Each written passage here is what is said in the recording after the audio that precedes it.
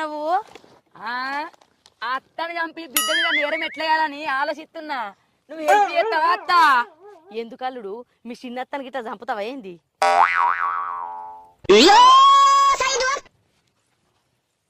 అగో జాకెట్లకు చీరలు free offer పెడితే వచ్చినట్టు ముగ్గురికి ఇట్లా చీరేంది.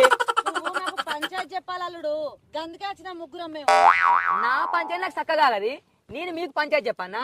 అవునే సుజ్జి, ఏమంటావే? నాకు అంత సీన్ ఉందంట. బాగా ముర్తన్నావు.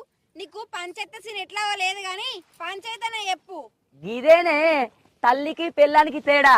కొడుకు ఏం పని చేయకపోయినా కొడుకు గొప్పడని చెప్పుకుంటది తల్లి. అదే పెళ్ళాం మొగుడు ఎంత కట్టపడ కూడా అయ్యో గిదేనా అని ఇజ్జద్దిత్తది. ఉరుకు నొప్పులు వడ్డోళ్ళకి తెలుస్తుంది పుత్రుని బాధ. సరే గాని మీ పంచాయతీ ఏదో చెప్పుర్రి, చెప్తా. అయ్యో అల్లుడు, అంత పెద్ద పంచాయతీ ఏం లేదు. ఇంట్లో ఇద్దరు అత్తలు